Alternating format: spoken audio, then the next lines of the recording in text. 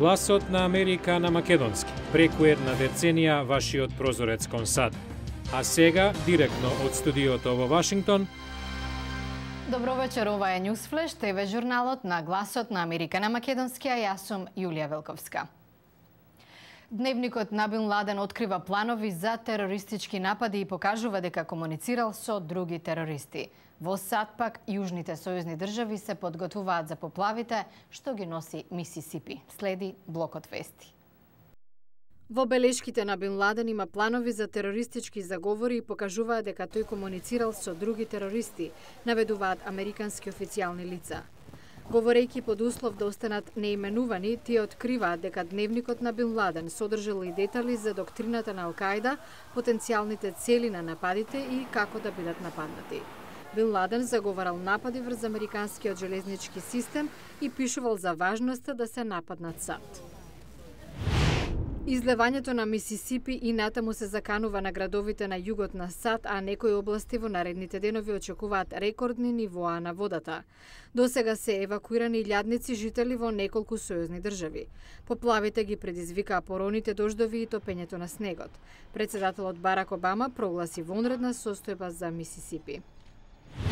Поранешниот председател на представничкиот дом, републиканецот Њут Гингрич, се вклучи во трката за Белата куќа 2012.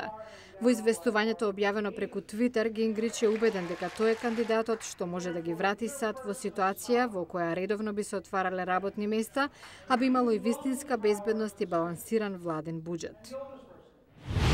Белата куќа ја брани одлуката да го покани рап музичарот Комон на настанот Вечер на поезијата, чиј домаќин е првата дама Мишел Обама. Комон, инаку добитник на наградата Греми, во една од своите песни го критикува поранешниот председател Џорџ Буш што ги турнал САД во војната во Ирак.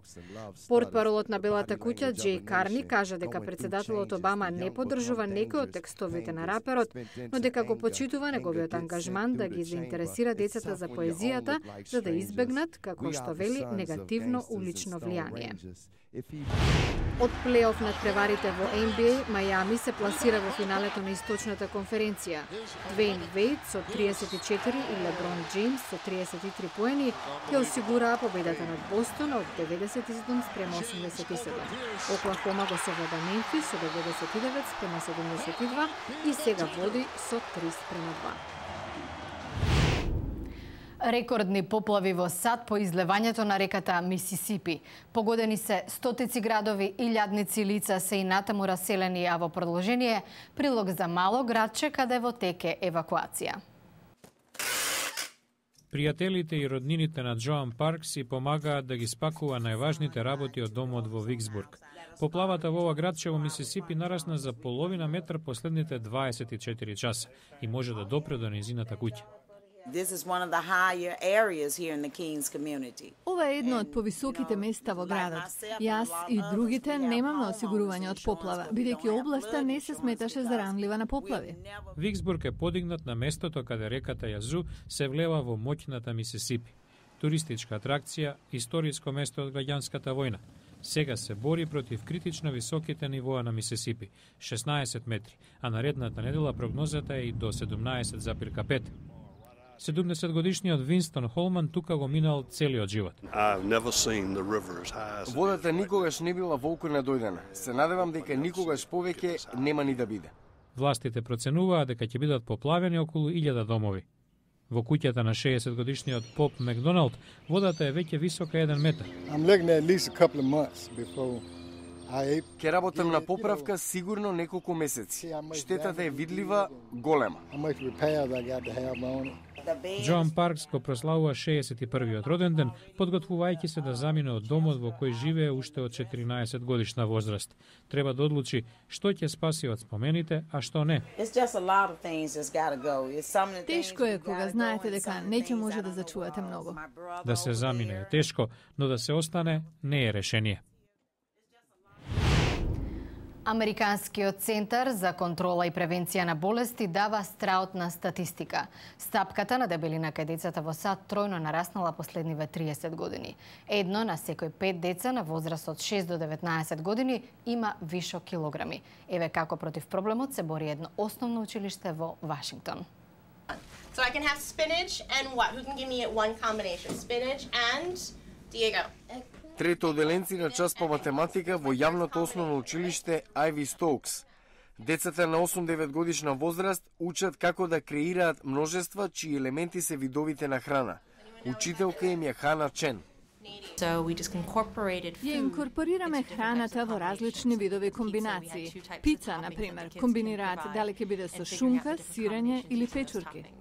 Училиштето почнало специјална наставна програма за исхраната инкорпорирана на часовите по математика и англиски за трето оделенците. Направена во соработка со непрофитна организација за животната средина од Сан Франциско, програмата е наречена Од фарма во училница. Питер Нали е директор на програмата.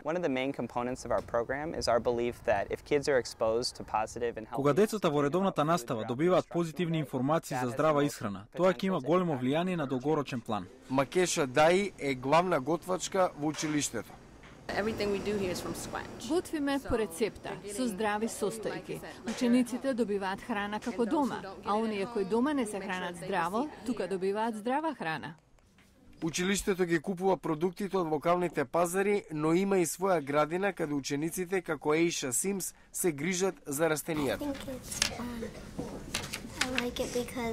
Забавно е. Сакам да го правам ова, бидејќи сакам да научам што е добро да се јаде. Програмата се покажала толку успешна кај трето оделенците што училиштето планира наредната година да ја воведе и во другите оделенија.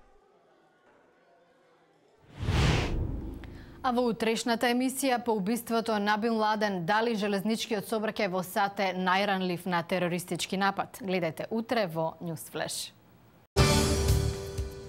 Утре во Ньюсфлеш. Возовите полесна цел. Бин Ладен и Ал-Кајда наводно планирале напади на железничкиот систем. Гледајте утре во Ньюсфлеш.